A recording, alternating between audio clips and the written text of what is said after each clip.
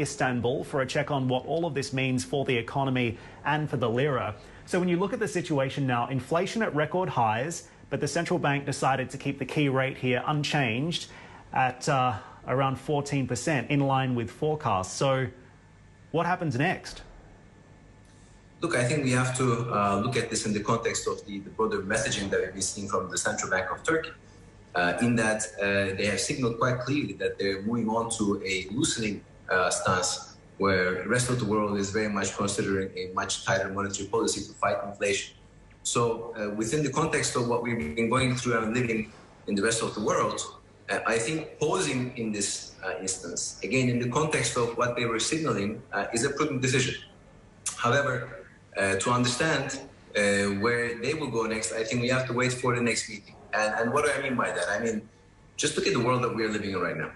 The markets are looking at a 1-2 punch where Fed is basically very much on a rate hike cycle, plus the possibility of reducing its $8.8 trillion balance sheet, which will mean repricing of risk between both developed markets and emerging markets. And we are finally moving to a world where cash flows matter, valuations matter, strength of balance sheets matter. So in the context of that, and with the inflationary pressures that are, in my view, not very transitory, but here to stay, the decision of the central banks, both in the developed market space and emerging market space, in order to fight the inflationary pressures, will be a key factor in differentiating the risk pricing of risk rather, in different countries. So from that perspective, I think we'll have to look at the next meeting to see whether this is indeed just a pause or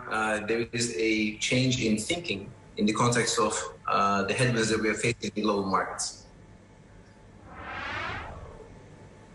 Indeed, because the central bank of Erdogan seems to have struck again here. Conventional wisdom would say a rate hike is necessary, but you're right, Ozan. Let's see what happens next. Also wanted to get your reaction to a pretty big story that broke this week regarding Turkey and the UAE agreeing to this $5 billion swap deal in local currencies.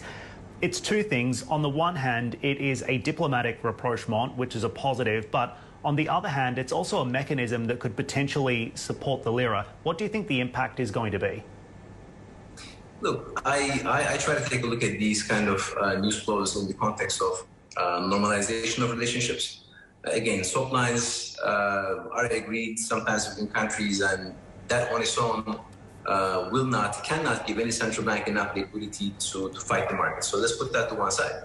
But notwithstanding that, I think it is a positive development that signals a normalization of sorts between the often strained relationship between UAE and Turkey that we have witnessed over the past 5-6 years or so.